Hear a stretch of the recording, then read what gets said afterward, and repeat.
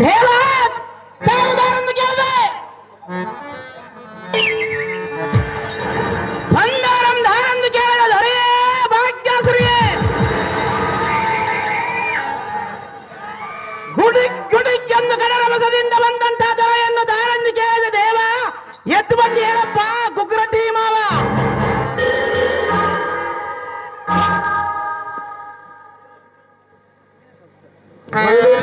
ಮಾನವ ದೇವ ತಾಟಿತ ಪ್ರವ ಪಟ್ಟಲದಂತ ಪರಿಸೋಬಿಸೊಬ್ಬೊಬ್ರೋಬಿತ ಕುಟಿಲ ವರ್ತ ನಂಬ ಜಲದಿ ಅಂಬಕ್ಕ ಮತನ ಮತ್ತ ನಂಬ ಓದಕಂ ಜರ್ರನ ಸುರಿದ ಗೇಡಗೇಡಲೆಂದು ಹಂಬರ ಕ್ಯಾರಿ ಕುಮ್ಮಿನಿಗೆ ದಿಗಿದ ವೀರಬಬ್ಬನ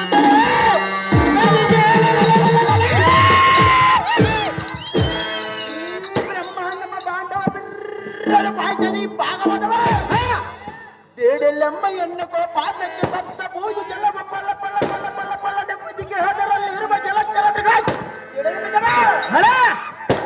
ಮಾನವ ದೇವ ಅತಿ ಸಂಭ್ರಮವಿತ್ತಲಾಗಿ ಭಯವಿಲ್ಲದೆ ಎನ್ನ ಮುಂಭಾಗದಲ್ಲಿದ್ದು ಅತಿ ಭಯಂಕರನ ರುದ್ರೋಷ ಮಾತನಾಡುವ ನೀನು ದಾಳ ಮಾನವ.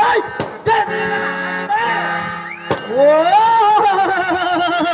ದೇವ ನಾವುದಾರೆಂದರೆ ಮೂರ್ಖರ ಸಂತೆಯಲ್ಲಿ ಮೌನವಾಗಿರಬೇಕು, ಬುದ್ಧಿವಂತರ ಜೊತೆಯಲ್ಲಿ ಬುದ್ಧನಂತಿರಬೇಕು, ಸಾಧು ಸಂತರ ಜೊತೆಯಲ್ಲಿ ಸೌಮ್ಯವಾಗಿರಬೇಕು, ದೀನರ ಜೊತೆಯಲ್ಲಿ ಧರ್ಮರಾಜನಂತಿರಬೇಕು. ಹೀಗೆ ಮಿಂಚಿ ಮರೆಯಾಗಿ ಹೋದ ಕರ್ನಾಟಕದ ರತ್ನ ಪುನೀತ ರಾಜಕುಮಾರನಂತಹ ಮನೆಗೊಬ್ಬ ಮಗನಿರಬೇಕು.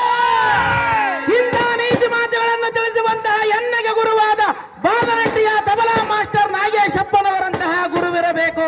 ಅಂತ ಗುರುವನ್ನು ಮನದೊಳಗೆ ಸ್ಮರಿಸುತ್ತಾ ಬಂದು ತಮ್ಮನ್ನು ಮಾತನಾಡಿಸುವ ಸುಂದರ ಸಾರಥಿ ನಾನಲ್ಲವೇನೋ ದೇವ. ಹೇಳಿಕೊಂಡು ಬರಬೇಕು ನಿಮ್ಮ ನಾಮಾಂಕಿತವ. ಸಾರಥಿ ಎಂಬ ದೃಢ ಪ್ರತಿಭೆ ದೃಢದಿಂದ ಎನ್ನ ನಾಮಾಂಕಿತ. ಹೌದು ದೇವ.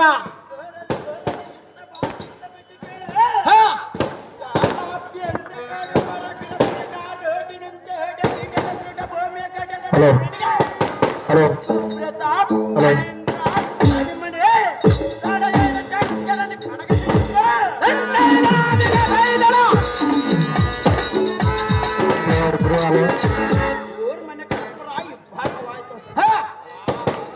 ಭೂಪತಿ ಅಷ್ಟ ದಿಗ್ಗಜಗಳ ಹೆಗ್ಗಡದ ನುಗ್ಗಾಗಿ ಬರ್ರಾಗಿರೋದು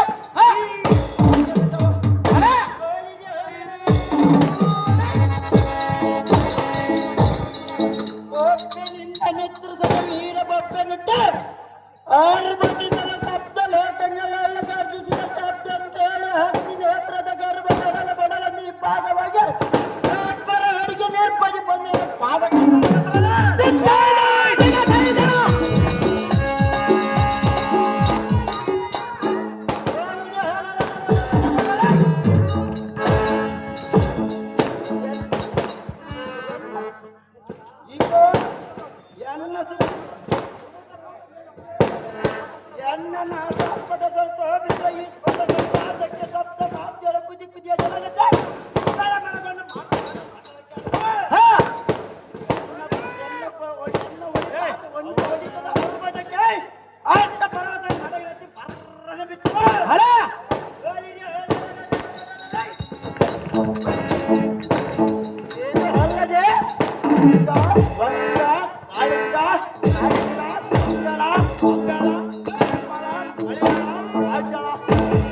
ಮೊದಲಾದ 66 ದೇಶಗಳ ರಾಜರು ಸರಿಯಾಗಿ ಕಾಲ ಕಾಲಕ್ಕೆ ಮಾತನಾಡಿದ ಕಪ್ಪಂತಂದು ಒಪ್ಪದಿದ್ದರೆ ಅವರ ಕರ್ಮ ಈ ಭಾಗ ಮಾಡಿ ಮಾಂಸವನ್ನು ಕಡೆಗೆ ತೆಗೆದು ಕರ್ಪುರ ನಿವಾಸಕ್ಕೆ ಅಪ್ಪನೂಟವನ್ನು ನೀಡುವ ಸಂಬಂಧ ಮಾತ್ರ ದೇಶಕ್ಕೆ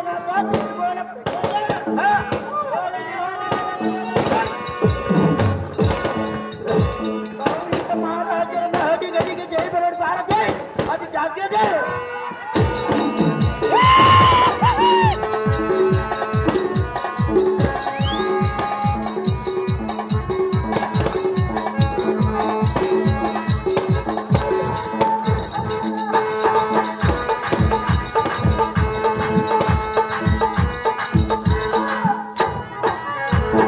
ವೀರ ಕೌಂಡಿಕ ಮಹಾರಾಜರು ನೀವಾದರೆ ಬಂಗಾರದಿಂದ ಕಂಗೊಳಿಸುವ ಈ ಸಭಾಮಂದಿರಕ್ಕೆ ಬಂದ ಫಾದರ್ ಮಾವ ಮುಂದೆ ಮುದಕ್ಕೆ ಮೇಲೆ ಬಿದ್ದಿ ಹೋಳಿಗೆಯಲ್ಲ ಈ ಸಾರಥಿ ಭೂಪತಿ ಈ ಶೃಂಗಾರ ಮಧ್ಯಕ್ಕೆ ಬಂದ ಕಾರಾರ್ಥವೇನೆಂದರೆ ಏನು ದೇವ ಶ್ರೇಷ್ಠ ಪಾಲಕರು ಎಲ್ಲರೂ ಹೆಣ್ಣ ಕಟ್ಟಳತೆಯಿಂದ ತಟ್ಟನೆ ಹೆಣ್ಣು ಪಟ್ಟಣಕ್ಕೆ ಬಂದು ಕಪ್ಪ ಕಟ್ಟರಲ್ಲವೇ ಈ ಕೌಳಿಕ ಮಹಾರಾಜನ ಭಯವಿಲ್ಲದೆ ಬಿಕ್ಕಿದ ಚಕ್ಕತೆಯನ್ನು ಗಕ್ಕನ ಎಲುಬುಗಳನ್ನು ಮುಡಿದುಕೋ ಕಾರಣ ಬರಳ ಕಂಡಿಯ ಸಾರಥಿ ಒಳ್ಳೆಯದು ಭೂಪತಿ ಪೀಠವನ್ನು ಅಲಂಕರಿಸಿರಿ ಜಾಗ್ರತೆ